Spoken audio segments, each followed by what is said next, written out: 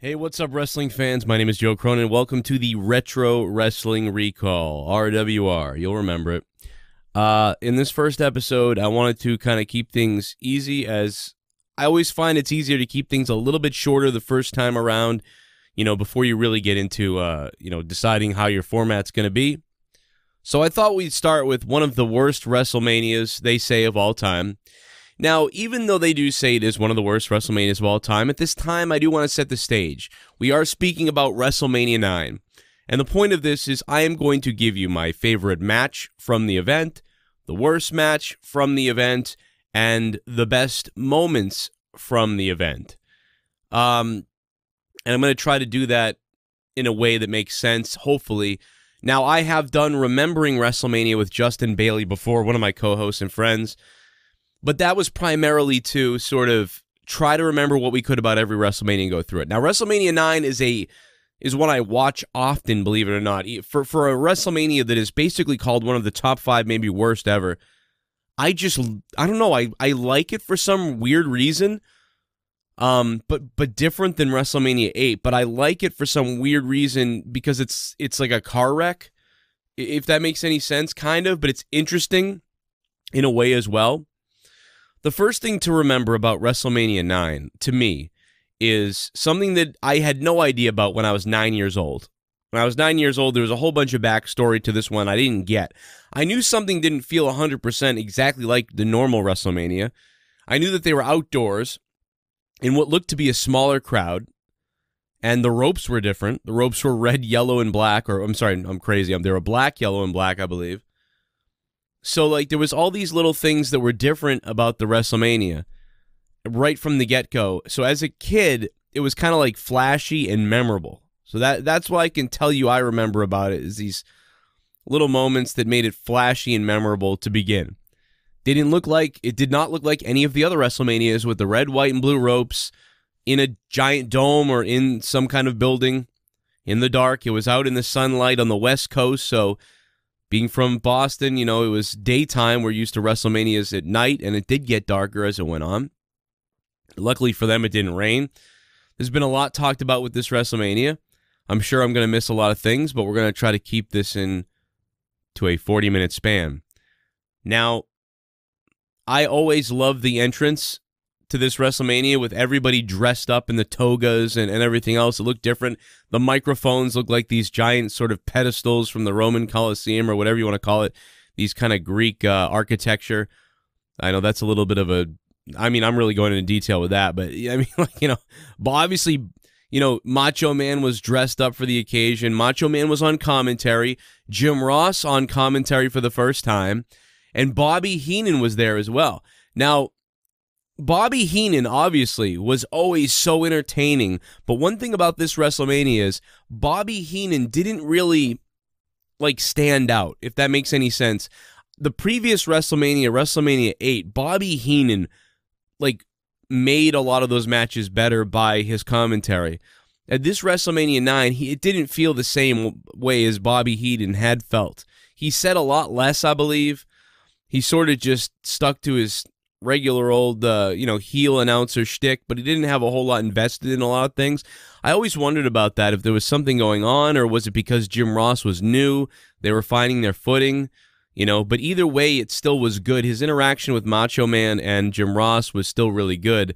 I did enjoy them, but without Gorilla, it was just definitely a different situation. He didn't quite, I can't really think of too many crazy quotes that Bobby Heenan had. He had some good ones, but they weren't, not like WrestleMania 8, where he had a lot of things that he was saying that was just ridiculous, that was hilarious. So anyway, that being said, commentary was fine, but I would say it took a minor step back in the way that it was a change of the guard a little bit. Jim Ross with a little more of a serious tone. He could interact with Bobby, but it was a little bit different than what Heenan had with Gorilla that we had been used to. So some would probably say it got better. And obviously, I think Jim Ross is the greatest commentator maybe of all time in the WWE. But now Bobby Heenan comes out riding the camel backwards, which was funny. And then as they're getting into their hype about WrestleMania and what's going on, Shawn Michaels' music just kicks in. I'll never forget, it sounded like thunderous. because they had this very monotonous or whatever music, dun, dun, dun, dun, dun, dun, dun, dun, dun, dun, and that played felt like forever. And then when Shawn's music kicked on, man, it was awesome. But one thing to remember about is the crowd. I would say 20 to 30% of the crowd, they're in Caesar's Palace, right, a casino. And you know how at casinos, they comp tickets to a lot of people. You could tell by looking into the crowd, this wasn't a normal WWE audience. A lot of rich people or old folks. It actually, if you watch and you pay attention to WrestleMania 9 and you look into the crowd, you're going to see a lot of old folks. Like it's almost like they're in a Florida retirement home. And it's all these older people who are like getting these free tickets to this wrestling event. Hey, come for the weekend and, you know, you get $1,000 in chips and third row and whatever, you know, whatever they came up with, who knows. And they're all just everywhere. There's a few little celebrities in the front rows and stuff, sort of singers, people working. But it's just noticeable that most of the real WWE fans don't start until, you know, 5 to 10 rows back. And some of them even further back. And I would guess 20% of the crowd was there for a spectacle of some sort without many connections to wrestling. You know, or perhaps a few of them were the husbands or something, you know, years ago saw Bruno or something like that. You know, I don't know. I'm not really sure, but they weren't a normal crowd. I will say that. There were some reactions that went missed, and the energy of the crowd really relied on the people that were 10 rows back who are actual wrestling fans. Also, a lot of families here. At the time, Bret Hart, you know, it was really taking the all the wrestling fans who were watching every week and really into the product at this time were becoming Bret Hart fans, and they were kind of bored of Hulk Hogan. You know, you remember Hogan getting bad reception some places, attendance is down, ticket sales are down.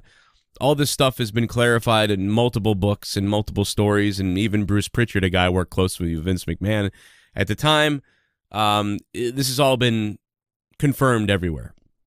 But Hulk Hogan was still over with, I guess you would call it maybe the casuals and also the little kids. The little kids, the casuals, and the families were all still on board with Hulk Hogan for the most part. Kind of similar to how, you know, things happen with John Cena around our time. Except for, you know, it was a lot less on both ends. There was a lot less hate, but there was also a lot less interest, and that's what was going on. And I say that because it means that there's a lot of casuals in the crowd. And yeah, there's some hardcores, but there was a lot of casuals in the crowd. And then there was a lot of these sort of old rich people or old people who got, you know, enticed to come to the show for free. Tickets were sold, you know, WWE was paid, I'm sure, by whoever was the ticket brokers and things, but the tickets were given to you know, WWE real fans. So Tatanka and Shawn Michaels start this thing off. And, you know, again, I've been watching WrestleMania 9 since I was 9 years old. So I'm 34 years old now. I have watched this WrestleMania, I would dare to say, at least once every 2 years. At least once every 2 years. And for the people that are listening for free on YouTube, how are you doing? I'm going to talk about Tatanka and Shawn Michaels right now. And for the people that are patrons, you will obviously get this whole entire thing uploaded in audio format to Patreon as well. So make sure you're a patron on patreon.com/Joe Cronin Show. That's patreon.com/Joe Cronin Show. They're the reason I'm able to do these shows and do this work and whatever else. And I love wrestling, man. More than anything, this just reminds me of how much I really do love wrestling. I think it's really important to get back to these retros because it reminds you how you love it. When you're so in the trenches right now, busy criticizing a lot of things that are going on, this really can remind you how much you love it, even though it's considered one of the worst WrestleManias of all time. So Tatanka, you know, they're trying to push Tatanka as, you know, maybe this next Hogan thing or whatever, but that's not working out. So instead they're keeping him as this sort of mid-card hero. But also Shawn Michaels is the Intercontinental Champion. He's had beef with Marty Jannetty, but Marty Jannetty recently gets fired before this, right before WrestleMania. So Tatanka kind of flies into that slot. There was talk that Owen Hart could be used as well, but Owen Hart was not used because Owen Hart had been injured. So unfortunately, Owen Hart is injured, so he doesn't take on Shawn. It's Tatanka who gets a shot at the Intercontinental Championship. But it's early on for Tatanka. They're not really sure yet what they are going to do, but they've thought about him as a top guy. And now he's facing one of the top heels in the company, Shawn Michaels, probably at this point the number 2 guy, maybe behind, or maybe number 2 or 3 guy, I don't know, behind Yokozuna, then maybe Ted DiBiase and Shawn Michaels. In my opinion, that's how it goes. Maybe I'm missing somebody, but that's to me how it goes. And after this WrestleMania, you know, Lex Luger's narcissist character would actually really have some heat on him, which is, we'll talk about that later. But let's get right into this match. I love this match. Shawn Michaels had been setting the pace at the beginning of WrestleManias now for a few years. His last year's match with Tito Santana was fantastic as well. This one with Tatanka was great. It felt like a pure wrestling match. It is the match of the night. I will just spoil it right now for you. That, to me, is the match of the night. There was no wrestling match, that was better than the opening match of Tatanka and Shawn Michaels. And, you know, one of the things is the match is fairly long, I think. And you're looking at a lot of wrestling fans in the back who started to get into it. They really did have them. I would say that only 60% of that crowd was up for grabs. No matter what you did, the first 5 rows and then smattered around in the back areas, those people that had bought tickets from the ticket brokers to come gamble that didn't know what wrestling was, you know, you could have cut someone's arm off in the ring, and I don't know if they would have blinked an eye. I think they were staring at their calculators, still wondering what they were going to do that weekend or whatever the case may be.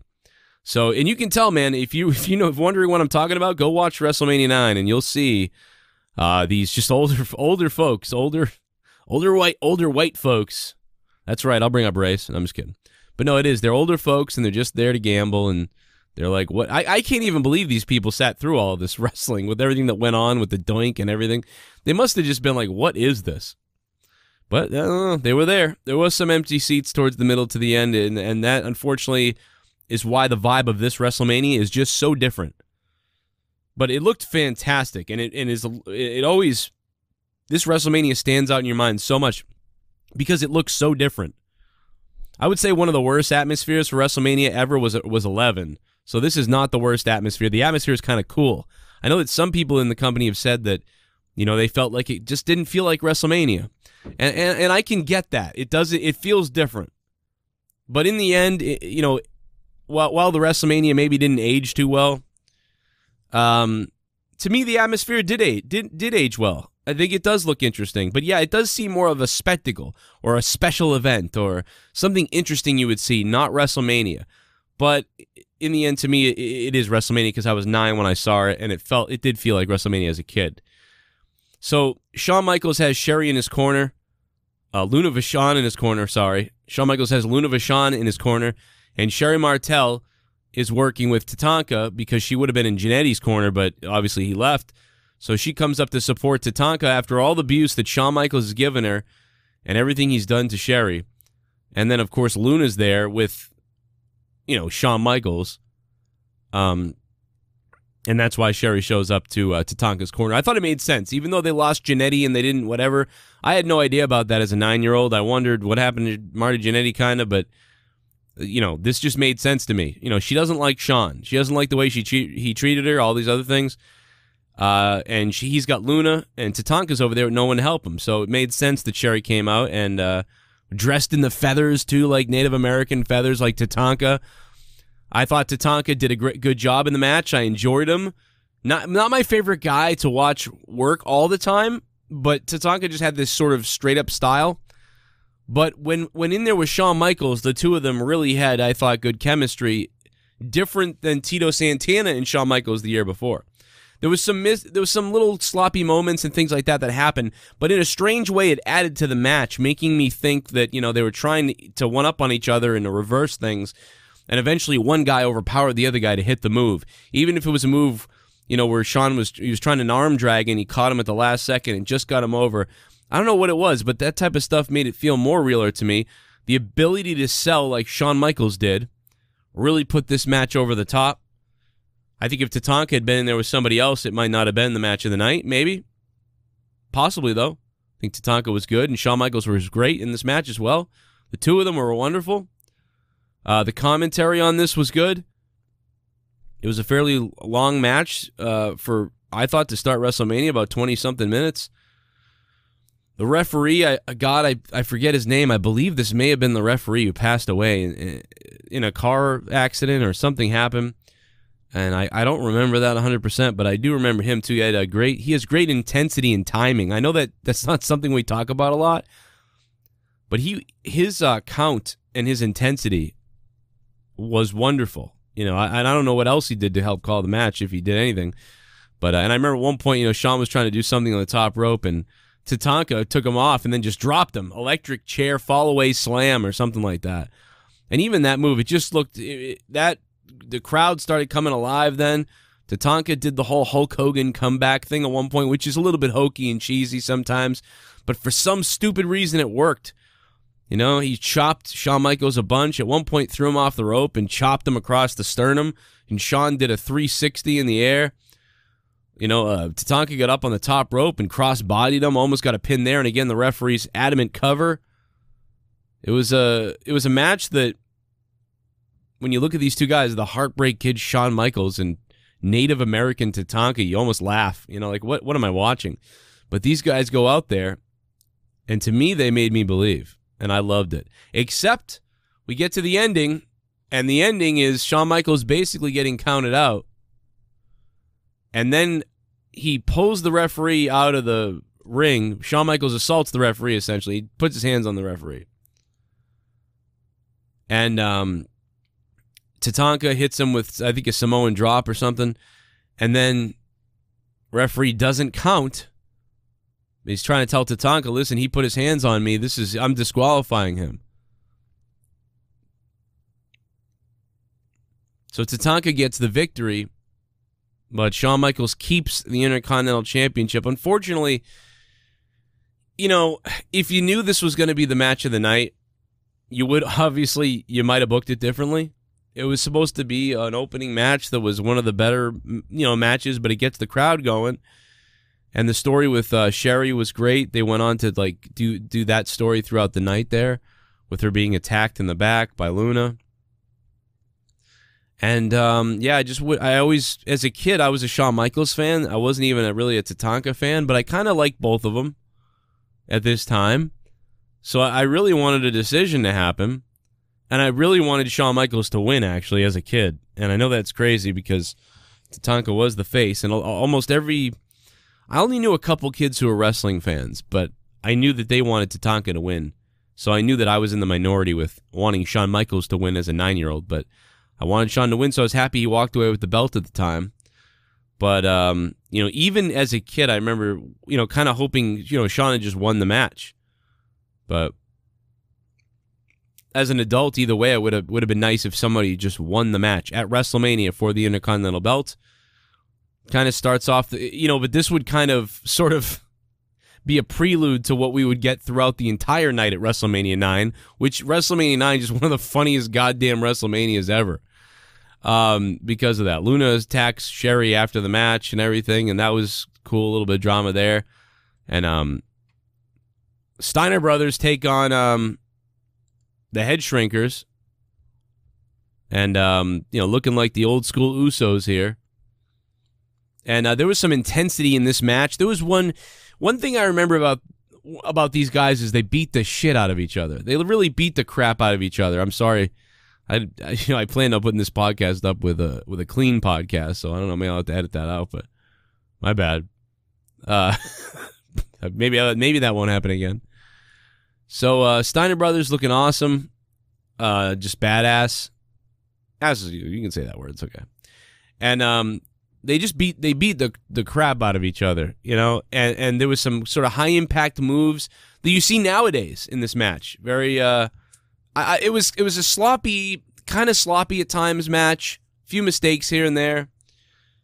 But I do remember it being one of the better matches of WrestleMania. It was exciting, and at one point I remember somebody had picked up one of the Steiners. He was running off the ropes, and one of like Fatu, maybe it might have been Fatu, picking him up in the air, like full on. What's that movie back then where the guy picks her up? Was it Dancing, Dirty Dancing or whatever? It looked like the Dirty Dancing pose. And then he just falls backwards and drops him out of the ring. like straight out of the ring. He doesn't hit the ropes and fall over. He just goes right over the ring, and I think he like lands on his head or something. There's nobody to break his fall, and that got a pop from the crowd. They went, "Whoa!" Very similar to something you'd see nowadays with like Seth Rollins or somebody like that. But back then, you just didn't see that a lot, especially in the WWF, the WWE.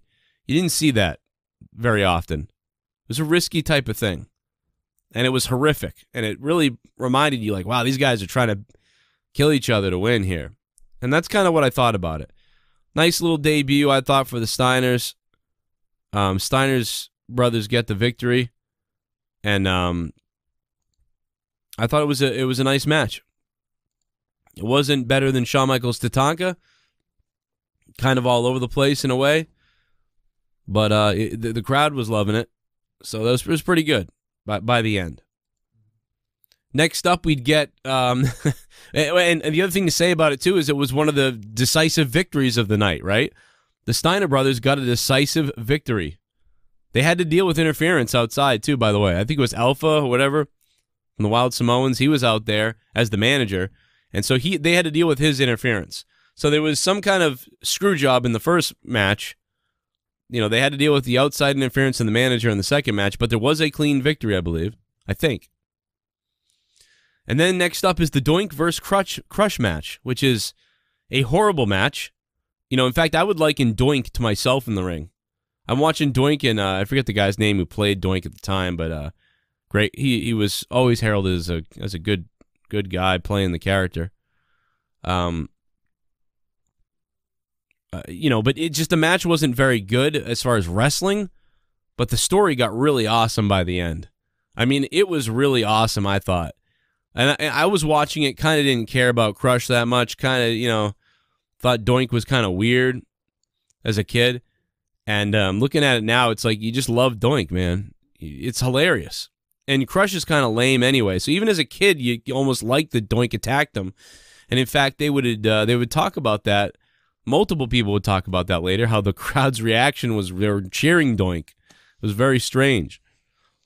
People were booing him, though. There were a lot of people booing him, so like it came off the right way. There was people going, boo, but they were really reacting to it. The match was not good, but the Doink, he tries, the best thing is he tries to climb onto the ring earlier in the match, and you're like, where's he going? What's he doing? And then, of course, later on, the referee gets knocked down, so there's another weird thing. The referee goes down. And then a second Doink comes out, and they execute this brilliant ending. He beats him over the head with the arm, crushes down, referee's back up, counts to 3, Doink gets the win. He said that Crush would be seeing double vision, and then he did see double vision. I just thought that was hilarious. I thought that was, you know, while the match wasn't very good, that moment was good. So, like, this is one of those things where I actually put that moment on there. It's one of my top moments of WrestleMania 9 was that moment. And the best match was Tatanka versus Shawn Michaels. So now we've already got those two things out of the way. Bill Alfonso, I think, was one of the referees. Now, Razor Ramon comes out to face Bob Backlund. Bob Backlund, an undefeated wrestler in the WWF. For all you younger people out there, Bob Backlund was a WWF champion for a long time, undefeated. Kind of looks like a little dorky, geeky wrestling goof. You know, and if you're familiar with old Bob Backlund that's been on TV in the last few years on Raw, that's Bob Backlund. But he had this, like, Opie look with the red hair, and he just pale skin. He just looked like a goof. And he had been the WWF champion for so long. And he comes out there with Razor Ramon, Bob Backlund. He's made it back to WrestleMania. In fact, I don't remember Bob Backlund ever being at WrestleMania before this. He may have been on one or two Manias, and I just don't really remember it. But, you know, for a guy who in the 80s was just dominant or whatever you want to call it, here he is, WrestleMania 9 with Razor Ramon. And I guess how I would describe him is kind of a dorkier version of Kurt Angle back in the day, or Daniel Bryan, you know, but maybe more Kurt Angle, I don't know. Trying to compare him to somebody for you guys, the audience. It's a very, like, amateur wrestling style, older style. But, yeah, he comes off goofy compared to the wrestlers in the current era. So Razor Ramon beats the crap out of him in about 4 minutes, and Bob Backlund loses finally in the WWF or WWE. I don't know if he was undefeated, but from everything I remember and from what I've heard in the recent years, I believe he was like he might have been undefeated. Don't 100% know that. And Razor Ramon, I believe, was working with a bad right leg or right knee. And so they just wanted Razor to be showcased, even though he was injured. So that's, I think, what they did. But they threw. Now, when you go back and watch it now, if you're a younger fan, you're like, oh yeah, but Razor Ramon beat up some jobber who looked like an idiot. Because again, Bob Backlund looked kind of goofy, got the red hair, the pasty skin. I mean, I've got pasty skin, but I'm just saying he just looks like he's like a jobber. But if you're a wrestling fan from the 70s and 80s, you're like, well, that's Bob Backlund. But if you're a younger fan, if you're a 9-year-old like I was like, oh, Razor's beating up some jobber guy that you see on Superstars. So that's how it came across to me. So, it didn't matter that it was Bob Backlund whatsoever. So if you're an older fan, you might have been like, Jesus, why'd they put Bob Backlund out there with him? Why'd they just put anybody out there then? Why'd they waste Bob Backlund's career and, legendary status on this? And, you kind of, I don't know. We don't really know what the answer to that is. And from what we've understood from Dave Meltzer and from everybody else who's talked about it, Bruce Pritchard and other columns and news reports, it was this that Vince wanted to make sure Razor got out there, and he just didn't care. He just seemingly just didn't care about Bob Backlund's history or whatever the hell else. And he might have been right, maybe, because most of those people probably didn't care at the time. And as a kid, I had no idea. So maybe Vince was maybe 100% correct on this one. So anyway, Razor Ramon beats the crap out of Bob Backlund, obviously. Hulk Hogan shows up with Brutus the Barber Beefcake to take on Money Inc. Hulk Hogan has a bad eye. He got hurt in a jet skiing accident. But as a kid, it was horrific to see Hogan that injured, and you really bought the story that, Bobby the Brain Heenan said something like, oh, it looks like, Hogan had a little accident at the gym last night or whatever, and he said, well, he probably slipped on those weights, and Macho Man was saying, well, no, he's too good with the weights to do that. And, I think they alluded to, that's what happens when you have money. Money can buy anything. And so they kind of allude to Money Inc. had him attacked. So, I thought it worked great. It really, because you really believed that they had somebody assault his eye in the gym. So even though, Hulk Hogan almost died apparently, but even though that happened, it ended up working really well. Plus Beefcake had the mask and everything from them hitting him with a briefcase. So strangely enough, strangely enough, this played into it amazingly. So much so that I thought it was kayfabe. I thought they did some kind of makeup with this. But no, you can tell it's 100% real, and Hogan almost died. But wow, it worked beautifully with the story. They had assaulted, Beefcake with the briefcase before, and now here they are, and Hogan shows up with the eye injury, and he's upset at them even more now. It just played into the story so well. It really helped to tell that story, even though the match was forgettable. It's way too long. All this just chicanery goes on. And in the end, Money Inc. just cheats or whatever. The Hulk Hogan beats up the referee because he makes a bad decision. Money Inc. gets to keep the titles from a DQ. I think they DQ Hogan and Beefcake. So just another ridiculous ending to a match. And then Hogan and Beefcake are giving all the people the money out there, and there's a large response for Hogan too. The cheering for him, and Hulkamania is running wild, whatever. And as a kid, I loved it. Kind of. They didn't win the belts, so I was upset about that. But nowadays, I watch it and I think it's pretty good. And I think Ted DiBiase, one of the best workers in the first 10 years of the WWE, so that was great. Then we get Lex Luger and the Narcissist after that. And, you're like, wow, that was it. Hulk Hogan came back, and that was it, man. He celebrated, and okay. Narcissist Lex Luger, they kept talking about it at WrestleMania. I thought this was a great setup. Apparently at an autograph signing or at a dinner or something like that, had assaulted Bret Hart. So he's got something going on with his elbow. I think a plate in his elbow the narcissist Lex Luger had. And he had taken out Bret Hart, the champion, assaulted him with this elbow to the damn head. And I think they showed a replay of it or something like that during WrestleMania. So they're kind of building that idea too, but not too hard yet on it. But they're building it. And it's appreciated when you watch the storytelling of the whole thing. And so they have a match that well, it wasn't really the best. It wasn't really the best match. It was just whatever. The match didn't matter. What mattered really was what happened afterwards, which was Lex Luger ends up pulling down his elbow pad or whatever. And I think just knocking out Mr. Perfect. And that was the moment of the night. And of course, Perfect sells the damn thing so well because Perfect could sell anything. Yeah, and I think I know what happens now. God, yeah. So Narcissist wins with he used his feet on the ropes. So he hooked the ropes illegally and he got the pin on Mr. Perfect. Everyone's booing. He got away with it. He wins. And then Mr. Perfect's arguing with the referee and then he's can't believe it.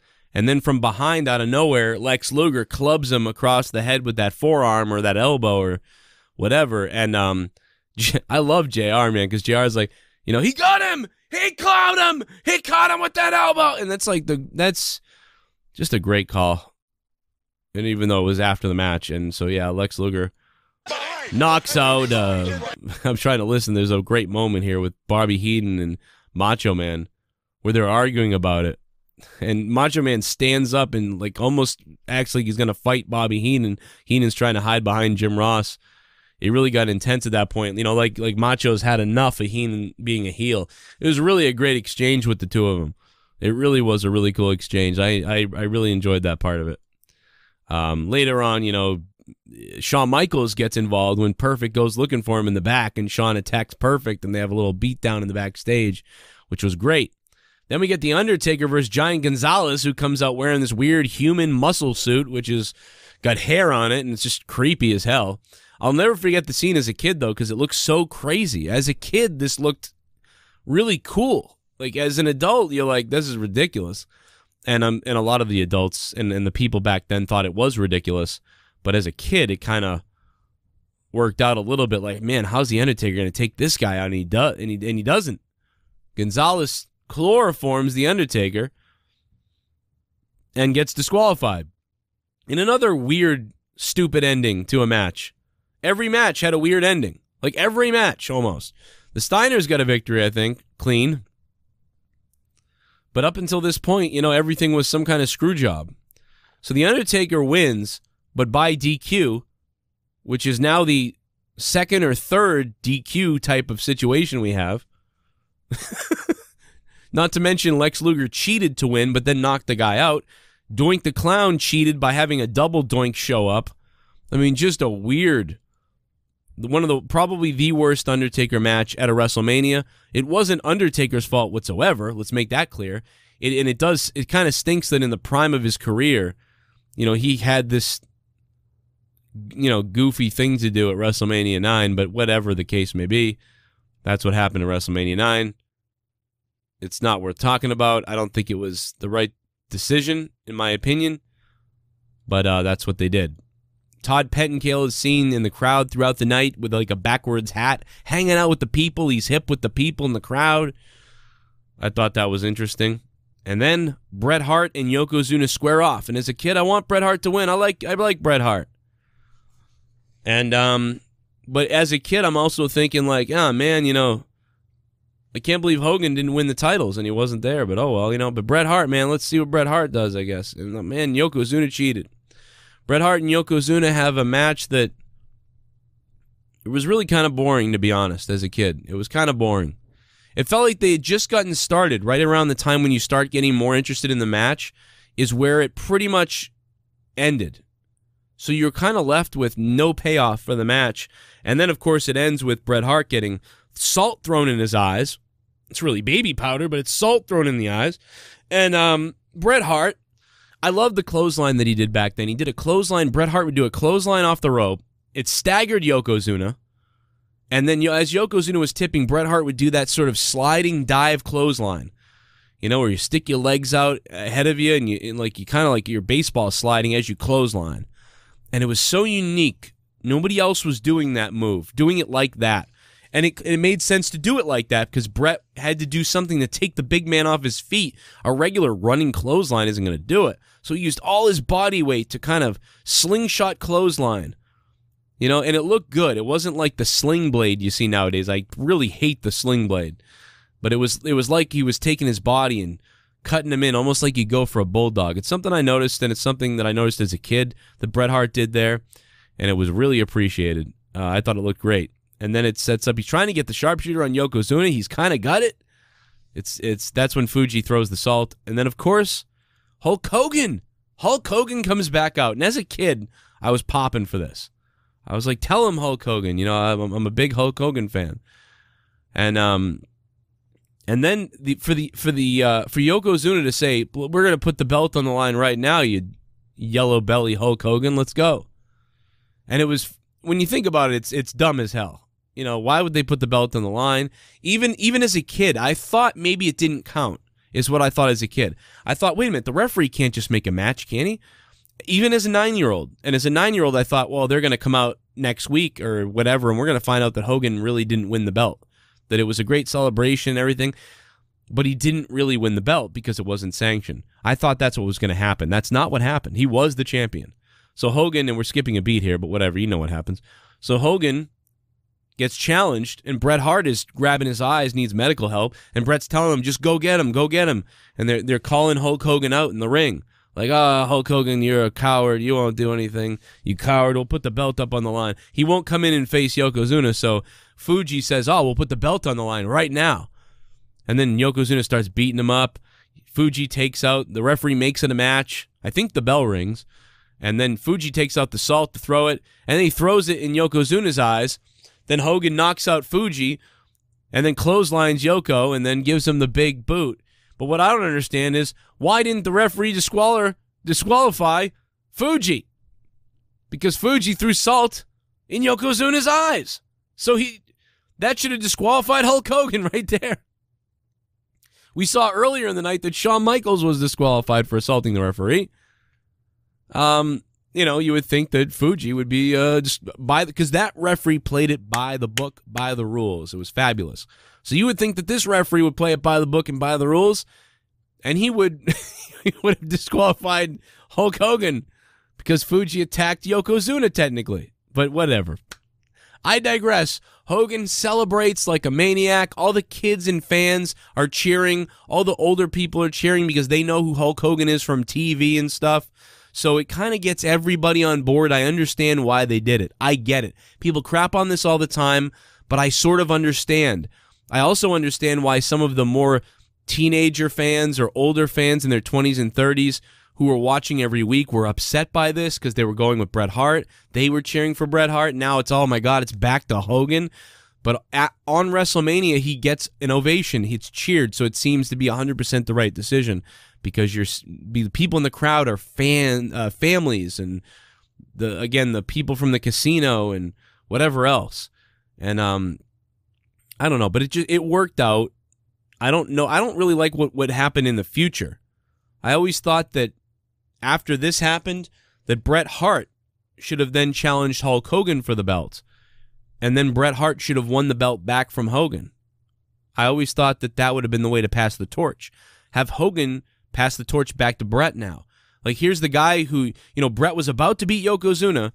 He got screwed. Now Hogan beats Yokozuna. And now you face Hogan and beat Hulk Hogan. And now you're the man. And that's how I would have thought it would have gone for Bret Hart. But that's how WrestleMania 9 went. Fireworks are going off. Hulk Hogan, they go off the air just in time as Hulk Hogan becomes the WWE champion. Once again, as a 9-year-old, I was elated. And even as a 34-year-old, I go back and watch this moment, and to me, it's exciting. Even though I'm a Bret Hart fan, I do love Bret Hart. I do think he got a bit of a raw deal here, but I think it was in the interest of what they thought was best for the company at the time. And I was a kid, so, you know, they got me. Now, comparing this to something recent like nowadays with Roman Reigns or Cena, I get why people were mad. But there it was. WrestleMania 9 in all its glory. And that's the WWE Network sound coming on. And so, I don't think this is the worst WrestleMania or one of the worst. To me, it definitely is one of the worst. I get it. But to me, it's always more exciting to go back and watch this one than some of the first 10. Out of all the first 10, this is one I go back and watch a lot because it's entertaining in a weird way. Not a lot of the best wrestling, but just some weird stuff. It's like watching a car wreck. Every match had some kind of screw job. And once again, the main event, Bret Hart is screwed with salt thrown in his eyes. And then Hulk Hogan wins a belt that he wasn't even supposed to be competing for. It was just... it's one of the most hilarious WrestleManias ever. And there it is, guys. My name is Joe Cronin. On the Joe Cronin Show, this was the Retro Wrestling Recall, RWR, and I will see you guys later. I hope you guys can subscribe to me on YouTube, youtube.com/Joe Cronin Show. Like below, leave your comments below. What did you think about everything here? What did I miss? What do you remember about WrestleMania 9? And make sure to support the channel if you guys want me to keep doing more of all of this. Of course, you can help out because I'll be demonetized on all my videos probably. So it's youtube.com/Joe Cronin Show. But Patreon, you get a bunch of bonus content, including 30 hours of bonus content a month in podcast form there on Patreon. Patreon.com/Joe Cronin Show. Thanks for listening, and I'll see you guys later. Business inquiries, make sure you hit me up, JoeCroninShow@yahoo.com.